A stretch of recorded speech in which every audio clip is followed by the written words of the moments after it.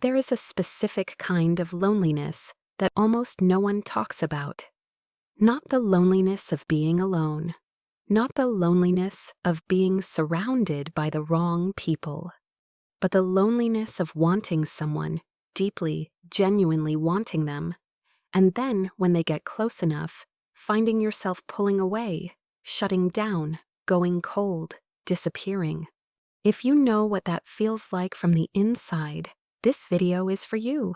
Because what I want to tell you today is this: that pattern is not a flaw in your character. It is not proof that you are broken or unlovable or incapable of real intimacy. It is a survival strategy. And like all survival strategies, it made perfect sense once. The question is whether it still serves you now. Let's start with the paradox itself, because it is genuinely one of the most painful human experiences I know of. You want connection, you crave it, you lie awake thinking about it. You watch other people move through the world with ease, laughing, touching, belonging, and something in you aches for exactly that. And yet, the moment someone actually offers it to you, the moment they get close, the moment they start to matter, something shifts. A wall goes up. You find reasons to pull back. You become unavailable in ways you can't always explain, even to yourself. This is not contradiction. This is not weakness. This is what psychologists call the approach-avoidance conflict, the simultaneous pull toward and away from the same thing. And it is almost always rooted in one core belief, usually formed very early in life, that closeness is dangerous. Not dangerous in an obvious way, not dangerous like fire or falling, dangerous in the way that the most important things are dangerous because they can be taken away, because they can hurt you, because the people who were supposed to be safe once weren't always. I want to be careful here not to reduce everything to childhood, because human beings are more complex than any single origin story. But in my experience, and in the research, the pattern of desiring connection while withdrawing from it almost always has roots in early attachment experiences. The child who learned that love was unpredictable, that closeness sometimes meant pain, that the safest thing was to need people a little less, to keep a part of yourself always held back, always protected. That child grows up, and they carry that lesson in their nervous system long after the original danger has passed. The adult who pulls away from intimacy is often not choosing distance.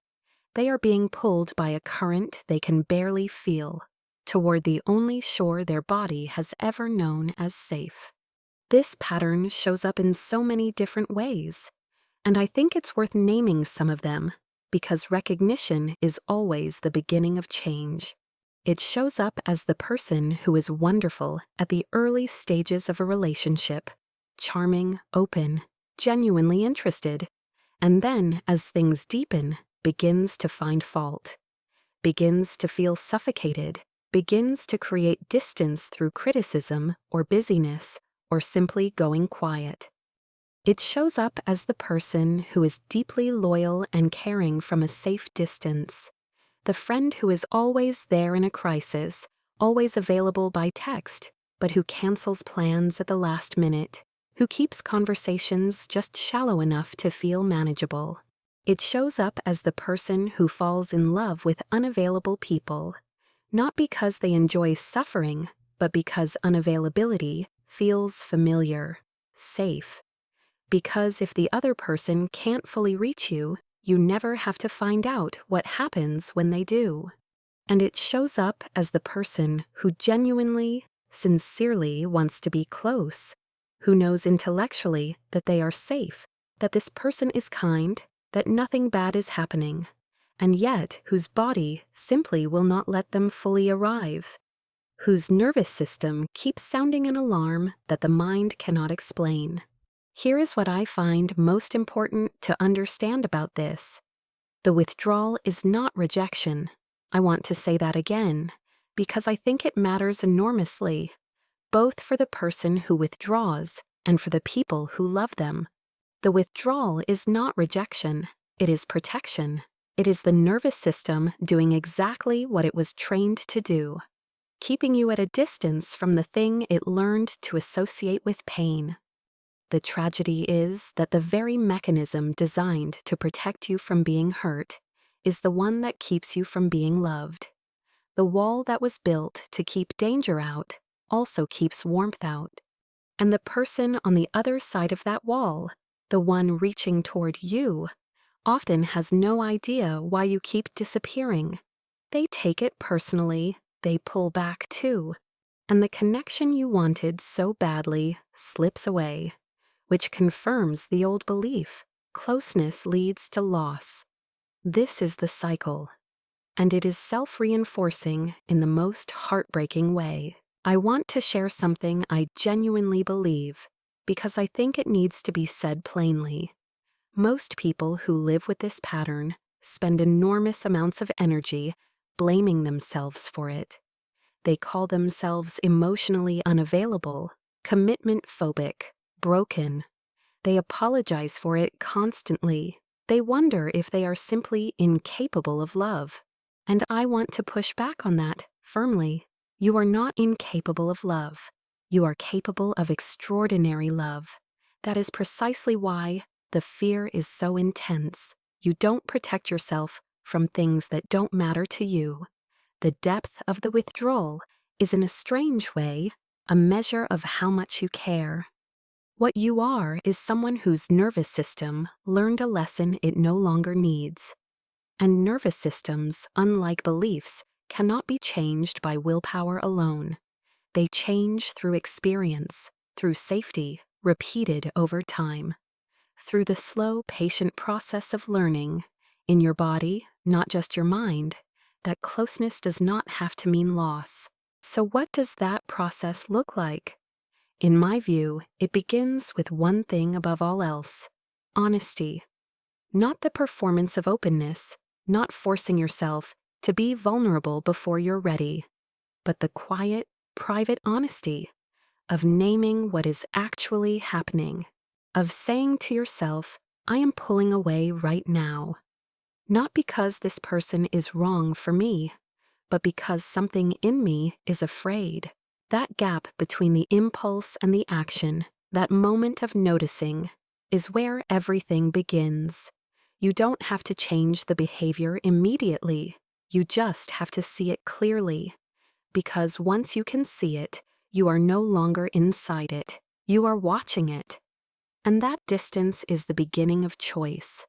The second thing that genuinely helps, in my experience, is learning to tolerate the discomfort of closeness in small doses.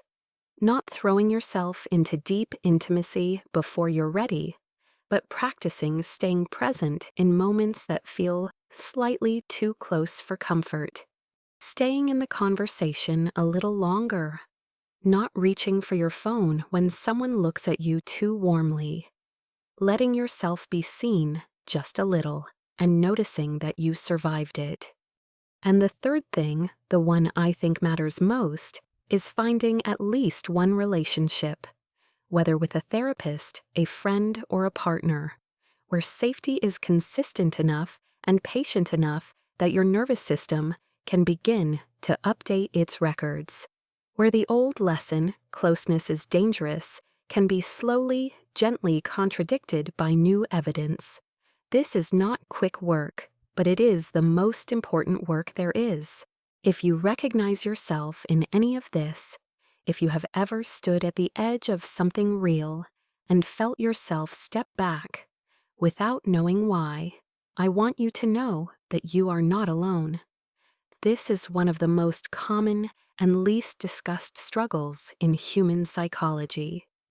And the fact that you are here, watching this, asking these questions about yourself, already tells me something important about you. It tells me that the part of you that wants connection is still alive, still reaching, still hoping. That part of you is right to hope. If this video stirred something in you, a quiet recognition, a feeling of finally being seen in something you've never quite been able to explain, then you're already in the right place. Mind Glow exists for exactly these conversations.